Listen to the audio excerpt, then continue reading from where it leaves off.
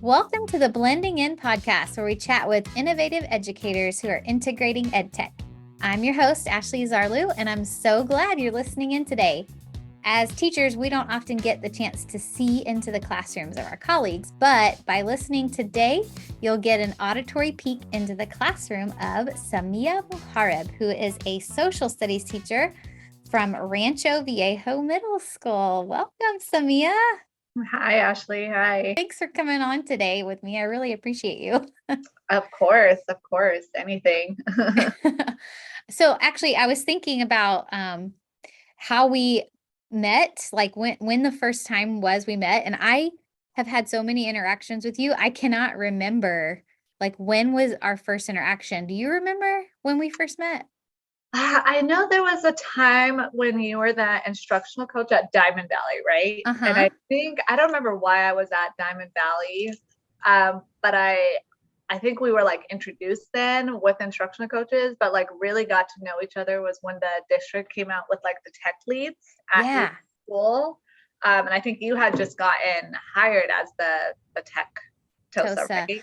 Okay, that's making sense because I was trying to figure out, like, I know you teach history and I was a former ELA teacher and instructional coach. And I was like, how did our paths even cross? Like, how did I come across this amazing educator who was an awesome history teacher? But can you tell our audience a little bit about who you are and what you do?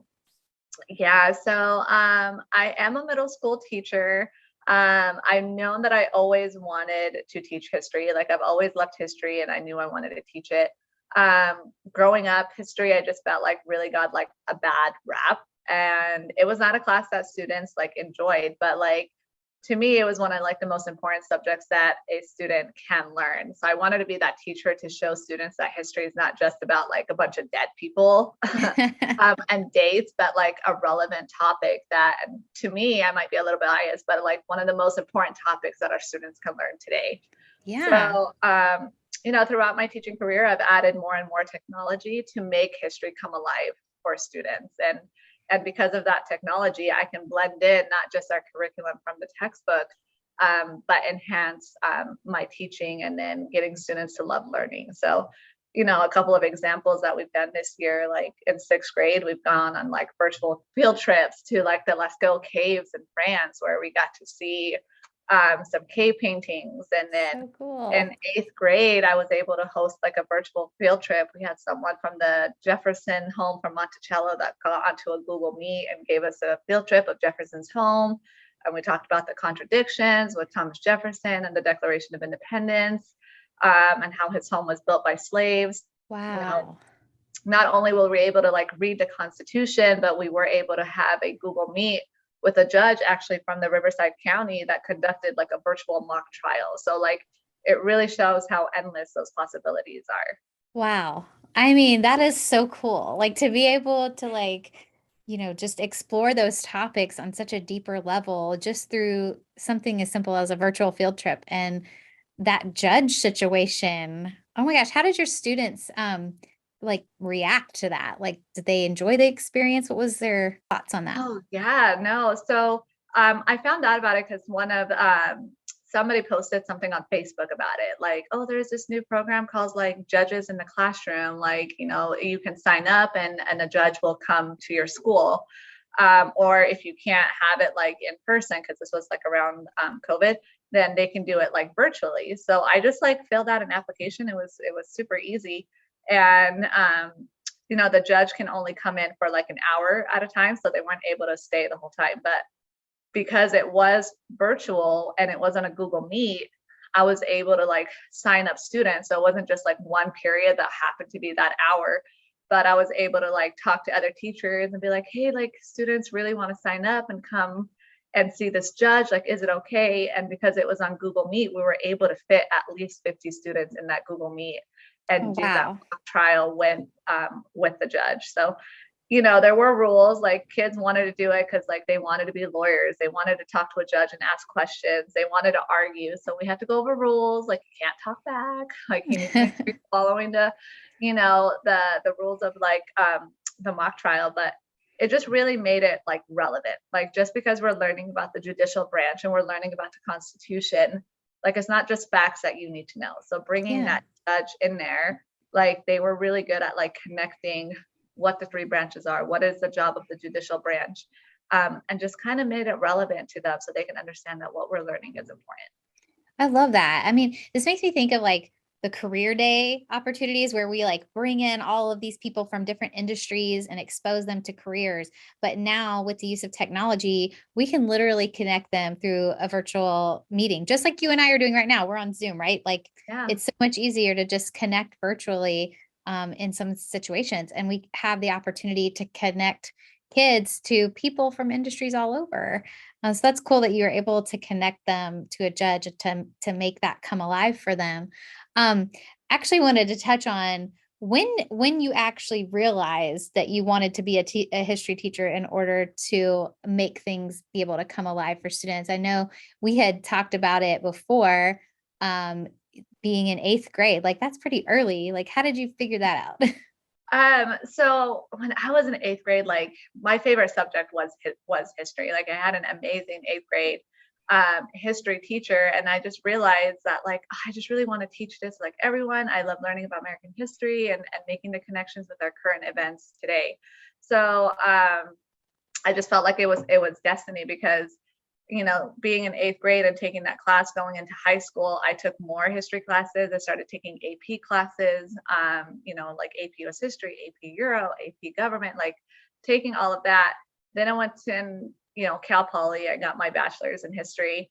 I went into the credential program, and it was my first year being a student teacher. And I was so excited. I was waiting to see where my placement is. And then when I opened the envelope, when it was mailed, and I looked at the name, and my cooperating teacher was actually my eighth grade Oh, history wow. teacher. And it was totally random because it's a different city, it's a different school. So the fact that we were placed together, I just felt like this was my sign, this was my fate, that it was meant to be, that this is what I wanted to do. Oh my gosh, how powerful is that? Like you had this connection with this eighth grade teacher and it came back kind of full circle for you. Yeah. And then like we never kept in touch or anything. Like occasionally I would go visit the school and like we would talk, but like after high school, it kind of like fizzled. And then I got this placement letter and I recognized her name. And I'm like, I wonder if she's even going to recognize me. And she did instantly when she saw me. So it was a great placement. It was a great, first time for me going into the classroom, and like being there just really solidified everything that I wanted to do. And that just like brings me to the point of the importance of human connections between teachers and students. Like it can be life changing and like set somebody's career path if those connections are formed, which actually brings me to my next question. So now that you're in that role of teacher and you have the opportunity to lead and mentor students, how are you using your position as a teacher to cultivate positive relationships with your students, address like social emotional needs, and just like build that sense of community with your students in that history classroom of yours? I know it sounds like a cliche, but I just find it to be true that like kids don't learn from people that they don't like. So I just Mm. spent like a lot of time building that relationship with my students so they can see me not only like as a teacher, but I'm also like a person. Like I have hobbies, I have likes. So I talk about my two boys a lot. They love hearing about my experiences traveling. In my classroom, I have cups, like Starbucks cups from all the countries that I've been to. Oh, cool. And they're kind of like decorated on top. So they're like, you've been to Moscow, you've been to Poland, like you've been to Paris. So like I like talking it. So, that's in my classroom. They're intrigued by it. Like I spent some time like, yeah, I used to travel a lot, before I got married. I used to have a life. Like that's what, what was going on. And I kind of just show them why I love history. And I do feel like they feed off of that passion, like they can sense it. Yeah. I use technology as a check-in tool for them. So my go-to is Pear Deck. Like I use Pear Oh, Deck love Pear Deck. all the time. Like I remember when I first got introduced to it before it kind of like blew up, and I'm like, what is this Pear Deck? What is this add-on? And like just how much like pizzazz it like gave to my slides. And I love that built-in tool at the beginning, where at the beginning of each slide presentations, when kids like click the link, it does ask them how they're feeling today. And I tell kids, it gives them like the three options, like a smiley face, a sad face. And I'm like, I do check that and I take it seriously, you guys. So like, to kind of gauge how they are at the beginning. But even within Pear Deck, it has a lot of built-in like SEL activities and templates for teachers. I think it has like a mindfulness one, and there's an option for like a moment of silence, kind of a stress test. Yeah, I mean, I love those built-in SEL components on Pear Deck too. It's like that temperature check right at the beginning just gives you a sense of where your kids are at emotionally that day before you start bombarding them with content, right? It's like, are they even ready for this mentally today? I don't know. Let's check in with them. It's a great tool. Yeah, for sure. And then even like as you're going through your slides and your content, you can put in one of their templates in the middle. Be like, okay, let's take a, like a brain break. Let's do a mental check and see how students are doing. So it's just so easy to do on something that I already use. I also use Padlet. I learned this from you back when in 2020 with COVID. I still use it and I love it. And but kids do love gifts. And so I would post like a Padlet link and I would tell them, I'm like, how are you feeling today? Like, go ahead and put a feeling and add a gift that kind of represents that. So, and they love looking at each other's and they'll talk about it like, oh, that's like you're feeling sleepy. Oh, you know what? I'm hungry too. So it's not just for me to check on who they are, but they're looking at, their classmates, and it kind of builds up that culture with them as well. I love that you mentioned gifts. Like gifts are super popular. Like people will throw them in like texts and comments on social media all the time. And they're super funny. But sometimes we can come across some gifts that are a little inappropriate, right? Like I know there's an add-on called Giphy that is really good, but there's some inappropriate gifts on there. But I love Padlet because it filters out a lot of that, and it gives you kind of some safer gift options that are appropriate for school. And also I was thinking about it too in Google Slides. If you use the Explore tool at the bottom to search for images, you can search for gifts and it will pull copyright free gifts that can be used as well. So that's a really a cool add-on to Google Slides. I know you had mentioned Pear Deck, and that's a Google Slides add-on for anybody out there who hasn't used it. It's amazing. It makes your slides interactive, and you could do a teacher paced mode or a self-paced mode so the students can self-pace through a slide presentation. And it's a great tool to use in a blended learning environment. So I want to kind of touch on that. You had mentioned Pear Deck and Slides. So your favorite tech tools. Yeah. What you got?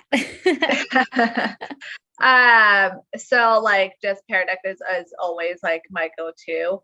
I just feel like it gives my classroom that huge makeover that it needed. Like it wasn't just a slide that students were like looking at and it's boring, but it has all these like interactive tools that is inside. Like they have the option to draw, you can put in polls. It does have like content specific templates too. Like for history, we can add maps in there, we can do matching, we can do vocabulary. And all of these tools is to reach all kinds of learners. So like, if you're an artist, there's a drawing tool. If you like to write, there's a typing tool. And like great. You had said, that you can set it at teacher pace.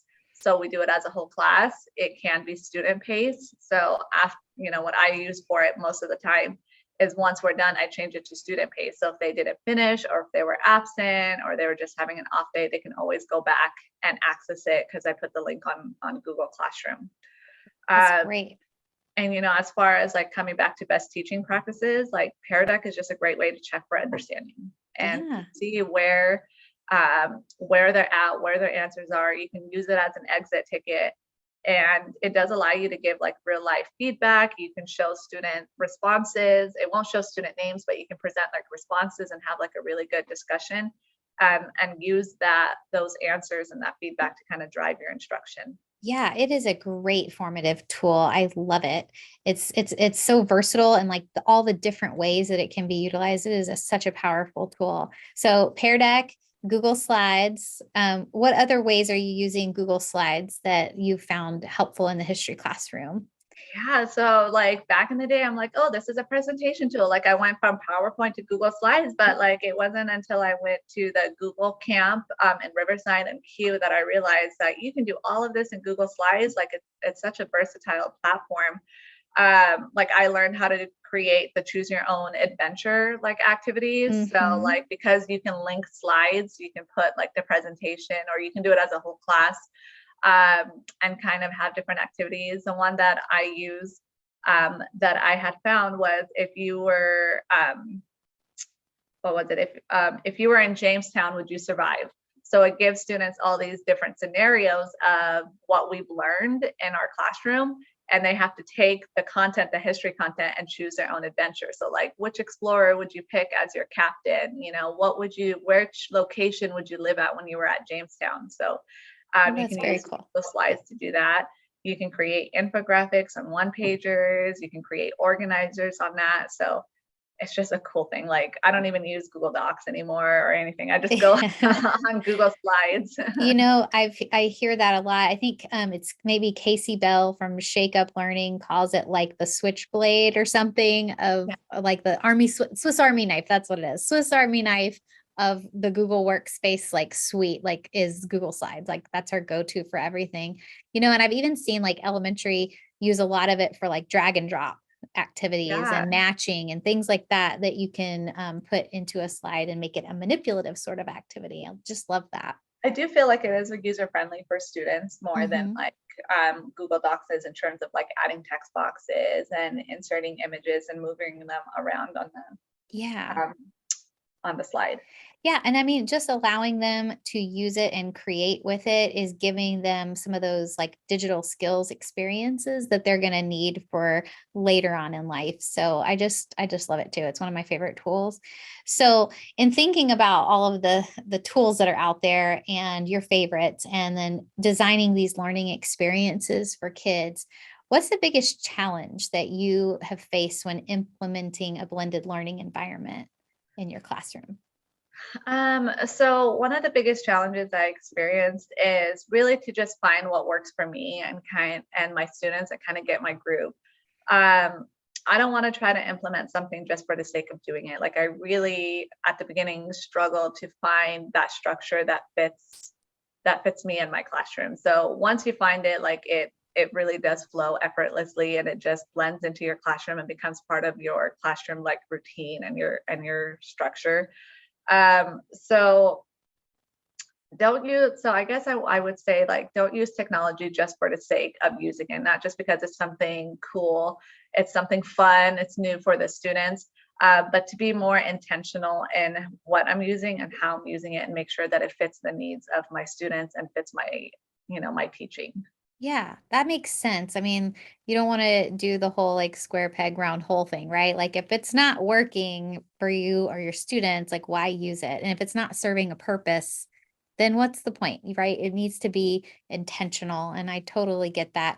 And there's a bazillion tech tools out there. There is no way that you could possibly like deeply know and understand every single tool or program that is out there. It is impossible. So, when thinking of the your go-to tools and your favorites and everything being like ever evolving, how do you stay, up to date and choose those best tools or platforms? Like what I guess is the criteria for helping you select what you're going to use and how you're going to use it? So when I started teaching, like technology just always like attracted me. Like I always gravitated towards it. Like I remember when the techno program here at Hemet, like that, oh my God, I can't believe it was like 8 years ago, 7 years ago. Um, when I applied for that to be like that first cohort of like new teachers that got new tech, and I went to that training at the district office and I was introduced to all these new things. Like first I was just excited to like get a Chromebook in the classroom. And now I'm like learning about these new technologies. So, the best way to stay up to date on all of this is to just network. Yeah. Reach out to teachers on campus, reach out to your ed tech at the district, your tech TOSAs.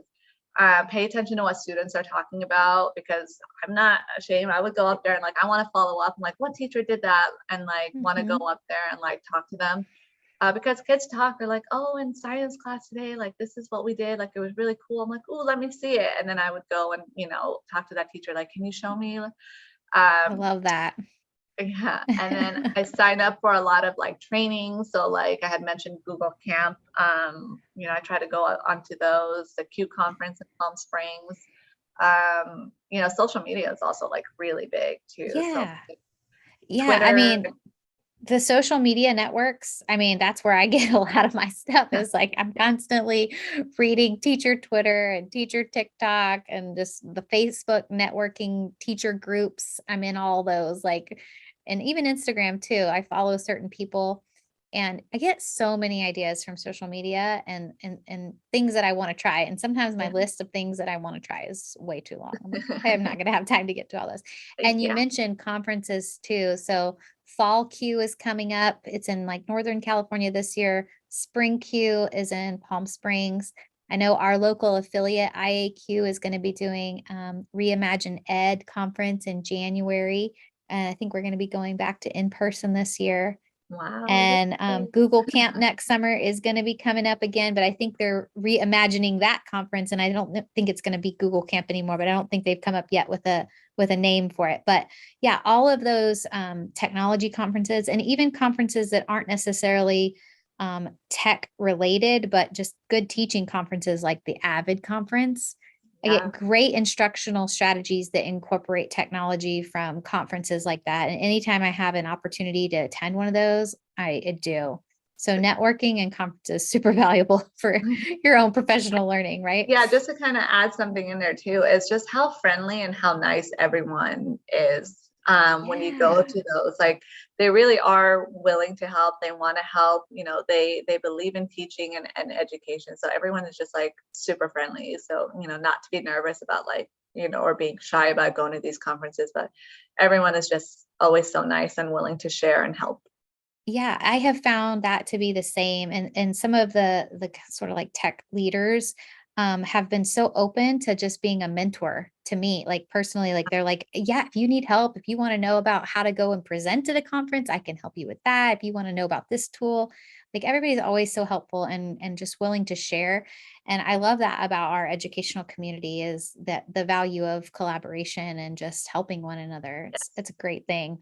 Perfectly Um, phrased. Yes. yeah. So, so switching gears a little bit, you, as part of our history department, I saw that our teachers do something called DBQ, which stands for document based questions. And I've observed a few history classrooms and kind of seen the process. And what it looks like to me is this analyzation of pretty complex texts, multiple texts. And then students are required to like synthesize that information and then formulate a writing piece towards the end of it. And it's, preparing them for like analytical writing later on, for test taking, for college prep and things like that. And the big complaint is that this is kind of boring, right? For kids to do. It's like, to read through all this stuff again and write this paper again. So I know that's part of like our district's requirement is to use those DBQs. So how do you use those DBQs and integrate ed tech and make them come alive for your students? Yeah. So when we first learned about like DBQs, there was always like an end piece, and I think that it was just like assumed that that end piece has to just be like a writing assignment. So they have to do like whether it's an essay or like a paragraph or whatever it was. But as I learned these different tech tools, I have utilized that to kind of enhance the DBQ and make it more engaging. There's nothing in there that says it has to be writing. It could, and obviously, like we do some of them. But at the beginning, to make it more engaging, so students don't complain. Like I don't want them to hear DBQ and they're like, oh no, like this is what we have, because they are doing it. We start them at 6th grade and they do it through middle school, and they also do it at the high school. It's in AP classes. So it is something that we have here in our social studies departments. So what I found is I use the tech tools to kind of give students options to showcase their learning. So rather than answer questions and then write an essay, we use different tech tools to kind of showcase how to answer the question in the DBQ. So for an example, and this one was my favorite, is one of our DBQ questions was the Mexican-American War justified? So what I Hmm. had done is I turned this into a group project. So I would have students take on the role as reporter, and their job is to report the news about the war. So they're still reading the documents, they're still analyzing, they're still synthesizing that information. But instead of just giving them questions to answer, I tell them that they're interviewing that source, they're interviewing that author. So they have to come up with interview questions that they would ask them from that person's point of view. And based on that, they would create a script. So there's that writing process still. They're still writing that script, and they have to include the history process. So like sourcing the document, checking for bias. And then they would record themselves as reporter, and their group mates would be the people that they're interviewing. So like one person was President Polk, one person was John O'Sullivan, and so forth. And they would record themselves on Flipgrid. And it was just so much fun. And I can't believe I've done this DBQ and any other way, because Flipgrid has those filters inside. So there's one that says like breaking news. Students are not just in the classroom typing, like we were moving around, they were going outside to record. Some students got really into it. They would have props, like they would have microphones as if they're talking, and they're like chasing down the person that they want to interview. They would have like hats and different things on there. They would have an American flag for like President Polk.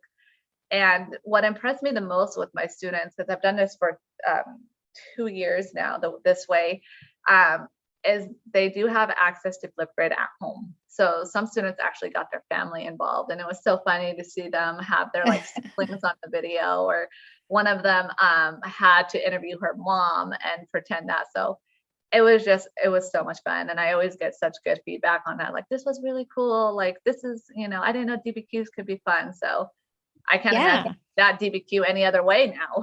Yeah. I mean, you totally turned it like into this like engaging activity that also gives them practice with like journalism skills, creating like media with the video. Like there's so much richness involved in how you've transformed that DBQ. I love that so much. And you mentioned getting feedback from students. I'm curious about that. Like, how often do you collect feedback? Do you do it like at the end of every unit or every DBQ, or you wait till the end of the year? Like, what's your process for getting student feedback? A little bit of everything that you mentioned. So when I do some an activity like this, like I do like to ask them like verbally, like, what did you guys think? And we would have like a quick discussion in the end. More like specific, where I do post like a Google form like survey. I like to do it by semester, so to kind of see like what worked and what didn't work, to gauge where they're at. And then I would do like an end of the year. Sometimes I'll just walk around to like certain tables with like activities like that. I'm like, what do you guys think? Like, what would you change? What's good? What works? So just kind of a little bit of everything that you had mentioned. Yeah, I mean, I used to do the same thing with collecting feedback from my students because I thought it was really important, number one, to give them a voice, but also for my own teaching practice to learn what I could be doing better to give my students a higher quality instructional experience in my classroom. And I think you kind of have that same mindset. Yeah, because I mean, if it's not working, like I said, we want to be intentional. So like, they're part of the classroom too. Absolutely. Like I want them to see like, yeah, DBQ's gonna go anywhere, but how did you guys feel about doing it on Flipgrid instead of just like an essay on Google Docs? So to kind of see their opinions on it. Yeah. So speaking of feedback, what's the best compliment that you've ever gotten from a student whenever you've solicited some feedback from them? I'm gonna take it as a compliment, because as teachers, we want to build relationships with our students. We want to get to know our students, but at the end of the day, we are still like their teachers. So we want to give them that tough love. We want to give them that firmness and establish routines. So one student, came up to me. He's like, you know what, Ms. Muhareb, you're like cool mean, not mean, but like cool mean. So I'm like, well, what does that mean? He's like you're mean, but like you do it in a cool way. And I was like, you know what? Like I will go ahead and take it. And that just kind of shows you that students need that consistency and structure, and they need someone to kind of show them that tough love. Absolutely. And ironically, when I've gotten feedback from students in the past, they used to actually tell me that I needed to be more firm, that I was too nice, right? Like, you're too nice, Mrs. Arlo. You should be a little bit more firm with those bad kids in the class. I was like, okay, noted. I need to be a little bit more firm with my students. But it really is like, reflective, to get that feedback and really think about, okay, what is it that I need to do better? And sometimes that's hard to face as a teacher and like without that vulnerability, right? Like I have to do better at this. So in closing today, let's just talk about jumping into technology and new teachers who may be a little bit tech hesitant, or even veteran teachers who don't so much love technology and like blending in technology into learning. What advice would you have for them? I would just say to like trust the process. Like, don't let fear stop you from wanting to try something that you have in your class. Students know more than you think they do. They definitely have a lot of, especially the past couple of years, the technology skills to use and to understand whatever that you are trying to implement. So you got this.